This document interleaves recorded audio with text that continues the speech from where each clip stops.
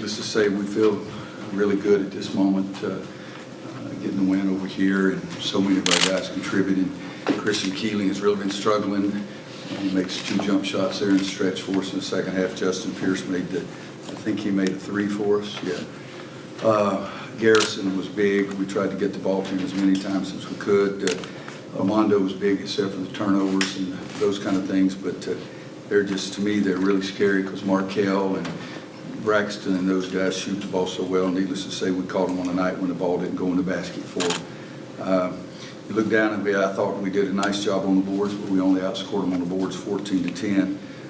But we were able to go to the free throw line down the stretch, and B-Rob made 4 or 5, I guess, late in the game. I'm stunned that Garrison missed his, and he's one of our leading free throw shooters, made 17 out of 18 in one game, but missed 2 in a row that were 1-and-1s, and then Christian goes to the line and misses 2 in a row.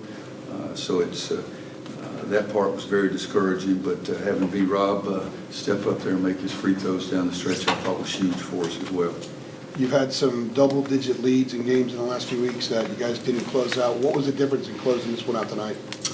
They missed some shots. You know, I'm a guy, I told you guys before, I think the game's never over. I sat there my first year as a high school coach and watched us come back from 8 down with 17 seconds to go with no 3-point shot.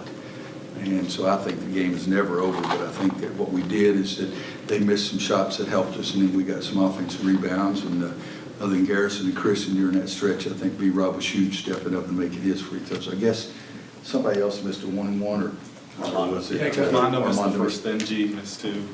Yeah. So we had a lot of opportunities and we didn't come through with them. So B-Rob making his was crucial for us. But again, we're fortunate they missed some shots. In the first half, you had a 5-point lead and then lost it with 5 straight empty possessions. Had 4 quick baskets to end the half, 3 baskets to start the second half. What was the difference between those possessions where you scored and the empty trips, which had 4 turnovers? Well, I think, I was getting ready to say, you look back at it, they were all turnovers. We didn't miss for 1 shot, I think. But their defense, you know, they get after you, they pressure you, they have those guys who have a nose for the ball. I think Armando turned it over 2 of those times. They were running at him, and Funderburk is a tough guy to try to score over. But I think KJ gave us a nice little bit of play a couple of times there, and then I think it might have been one time when Andrew goes back or lays it up too. But I wanted to really get off to a good start to the second half and try to see if we could keep the crowd out of it. We never could get enough separation to get the crowd out of it, but got the ball to Garrison. He made enough plays for us. Roy, do you feel like they understand kind of the spirit of what you said with the least gifted comment in terms of they have to play a certain way in order to be able to win these games? I think that's the most normal statement. It's got the most unbelievable attention of anything I've ever seen in my life. But what we try to do all the time, whether you're really gifted or not, is to do what we ask you to do. So we work on execution a heck of a lot. And I think that this team has to do that. Last year, if you think about it, we had Luke May and Kobe and Cam, those guys that could jump up and make a 3. Even shot clock's winding down. We haven't made many 3s as shot clock's winding down this year. So I do think that we have to work and do a better job of, is there a trash can? Of our execution on both ends of the court. And whether or not we're the least gifted or not, I'll go back. I wasn't very gifted, but I love to freaking compete. You know, and sometimes you got to have that part of it too. Roy, you mentioned how B-Rob stepped up. I'm sorry. You mentioned how B-Rob stepped up and making those free throws, but just can you sort of speak to his toughness as far as being able to? Well, you know, I don't know. He got hit in the ribs. Right. You know, I thought it was his ankle again, but he got hit in the ribs. And Doug says he's got a rib problem, and he says he's ready to go. You know, and I said, "Can you play or not?" And he says, "Yeah." And I said, "Well, then play." And they fouled him and made the free throws. So he takes coaching really well. But no, I think the toughness. Here's a senior. He missed the first 4 games. He's missed another game. He felt like he was beaten up tonight, and nothing until when I went over, I just told Braxton, I said, "I know you had nothing to do with this. I didn't want anybody to think it was because I didn't make any gyrations or anything, but it looked to me like both of them were going for the balls, all it was." Coach, why do you have so much success against NC State? Pardon? Why do you have so much success against NC State? You're 36-4 against them all the time. If I knew that I'd try to do it against everybody else too, think that part of it. We just, I think that what we do is we try to get ready to play, and Wake Forest, NC State, Duke, those people, Duke gets so much attention that you have to be careful, I think, that you don't give the other people the right kind of respect as well. Is there a big man in this league that's playing as well as Garrison Brooks now, in all respects? I don't think so, but again, I just watched the guy go 0 for 2, 0 for 2 from the free throw line. So I told him I could fight him right now. He's played really, really well, and the other team's defense is aimed at him.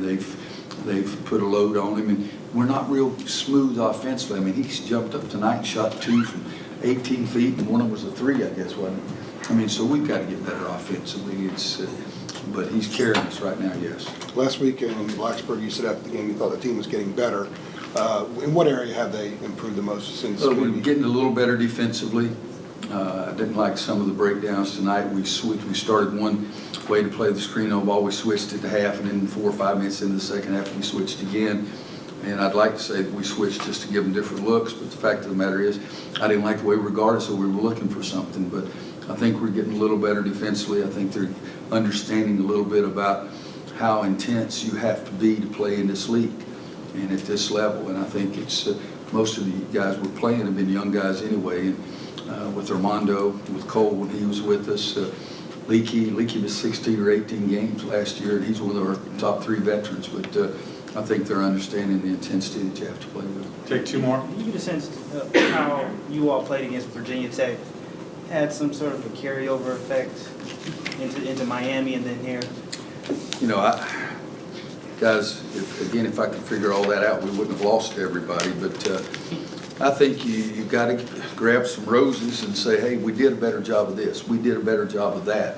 We did a better job of this. We're trying to get better. We're trying to give them some confidence, and they've got to add more to it, too. So I think we did some better things against Virginia Tech. If we make one free throw, they miss one shot, you know, they had another shot, just like tonight.